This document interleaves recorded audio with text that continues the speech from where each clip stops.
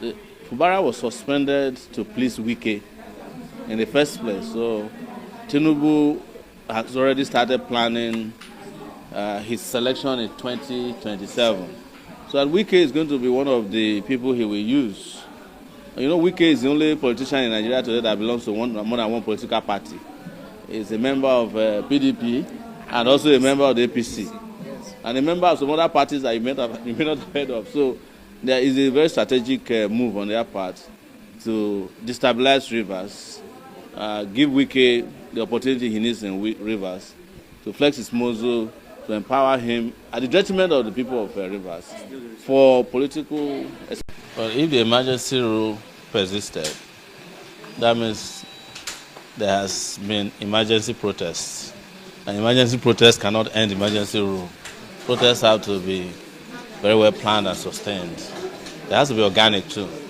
So maybe the people who are doing the protests should find out a way to do real protests. And the kind of protest that can end the emergency rule. Yes. Yeah. So how do you think the protest can go to end that emergency rule in Rivers State?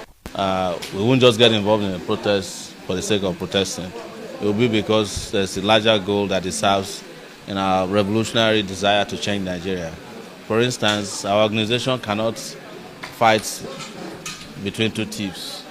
Wike and Fubara are birds of the same feather. So, based on principle, we can take a position that we are opposed to the emergency rule because it's, of course, unconstitutional, it's illegal, it's illegitimate, and very, very unpopular.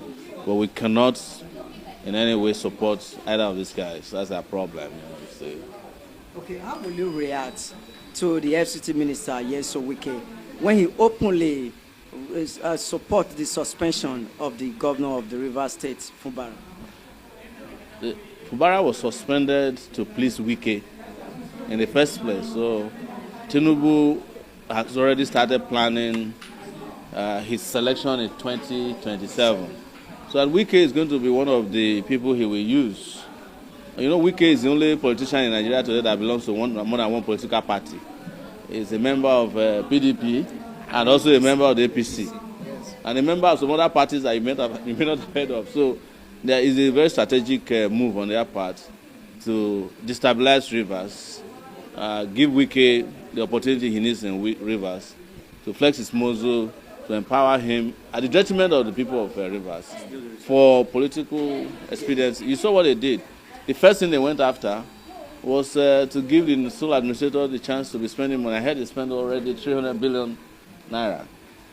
You can imagine the person who was elected or selected by the people had not been allowed to even present a budget. The man who was appointed by the president has already had access to a budget and is spending like water.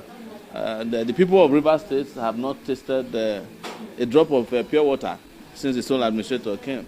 So, but our position, as you know, is that these distractions have to end. Nigerians have to unite and end this rubbish. This is what we have told Nigerians.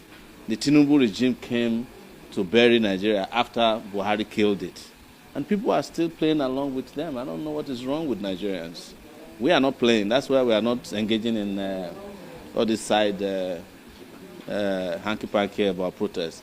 When we are ready and when Nigerians are ready, we are interested in a revolution. We have made that very clear. Because that's what can end this nonsense in our body politic.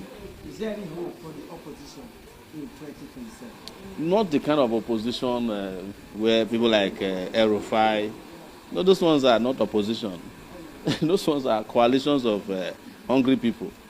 So, and when the time comes, the moment they are offered what they want, they'll go back to where they came from. Yeah, so that's why you don't say, because the APC was a coalition. Did you forget? And that's still where they put us. And the people who are asking to form another coalition are former APC members. In fact, most of them are Buhari cabinet members who are supposed to be in prison. They are forming coalitions. Instead of, they should be in prison forming a union of prisoners. So what do you expect from that? So Yes. The insecurity is really is of the head again. Yes. We're having killings in parts of the country. But what solution would you prefer, or you prefer rather, to the federal government? I'm not in the business of advising any of these regimes. They have failed, and we have told the Nigerian people, you advise them, they don't listen to advice. They are not here to take your advice. They came here to take care of business, their own personal and private business. What would you do if you are in their position? If I was in their position at this time, there will not be Boko Haram anymore. There won't be bandits, because you have to solve the problem by attacking the root cause of the problem. The root cause of the problem of insecurity is first and foremost economic inequality.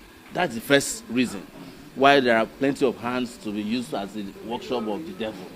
And then the second aspect of it is to get our security agencies to do what security agencies do, not to be aiding and abetting criminality.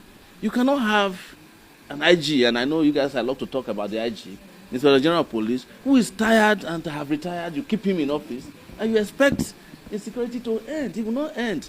You have all these military generals who don't go to war. And it's only in Nigeria that somebody who has never fought a war before will become a general in the army, based on the number of traditional rulers he knows or the GO of his church. That's how they become generals in Nigeria, not because they go to war. If you see an Israeli general, it's because he has fought a war before. If you see an American general, he has been to Afghanistan, he has fought in Iraq, even though those wars might be wrong. But they have gone to war. But in Nigeria, you call these businessmen generals, they're all building estates in Abuja. They don't go to the war front. They don't know what's going on there. They are the ones who are happy that the insecurities are coming. So that is why you see this happening. You ask army to be doing traffic work on the streets. The police is not doing anything. The solution we are preferring is for the Nigerian people, first and foremost, to choose the real leaders who should govern them. Because the legitimacy of the government is also very important. For instance, it is the Nigerian government that goes to the southeast to go and militarize it. It's the Nigerian government that refused to release Nnamdi Kanu, something that would have solved a big problem. And then instead of releasing him, you go and put army in the east. Every kilometer in the east, there are army checkpoints. But after 100 kilometers in the north, you can't find the army. There was a man in Katsina who said there are only 5 guns in the local government in Katsina state. But why is it not the same in the southeast? So these things are deliberate. That's what I'm telling you. These are deliberate efforts on their part to undermine Nigeria. And I've said it very clearly. Those who are in power love the fact that they want to manage little territory, because that way they are not responsible for the territories. So they allow these issues to fester. But you cannot solve the problem without addressing the fundamental problem of leadership. Leadership is key in every sector. And most importantly, legitimate leadership is important. When you don't vote for people and they lord themselves over you, you don't respect them. The president has been outside the country for the past 2 weeks. Are you pushing to quiet? Are you comfortable with this situation? I am not one of the people that is quiet. You can direct that question to people who went to Bekubana's party. No, I'm not quiet. I still did a protest in front of the police headquarters last Monday. Some of you were there. I'm not quiet. You can accuse some other people in the party here who are ordering amala. I'm not quiet. No, you cannot be quiet. And I can never be quiet. What implication is it having to countries that are present in What we have told you is that you have not started listening to us yet. The president being outside the country is a small problem. You understand? The president never told you he will be in the country because he never campaigned to be president of Nigeria. It was INEC that imposed him on you. You understand? We told you when he was coming to office that the man is sick. Nobody listened to us. They even sang a song, Baba is sick and he's falling apart. Nobody listened to us. We told you that he's coming to govern Nigeria with his family. You didn't listen to us. Now that he's in power, you are calling him president. And now that he doesn't govern from Abuja, he's governing on WhatsApp. You are worried about it. Start listening to what we tell you so that when the problem comes, you not keep asking us the same question over and over again. Okay, Mr. Sowore, yes. I want you to call a spade a spade. Yes. Before Tinubu, there was Buhari. Yes. Regarding security, he promised that the issue will be solved. Tinubu claimed the same thing, but the problem persists. How are we sure you will be different? I am different because I have prepared myself for over 35 years. 35 years. that have been fighting against insecurity, corruption.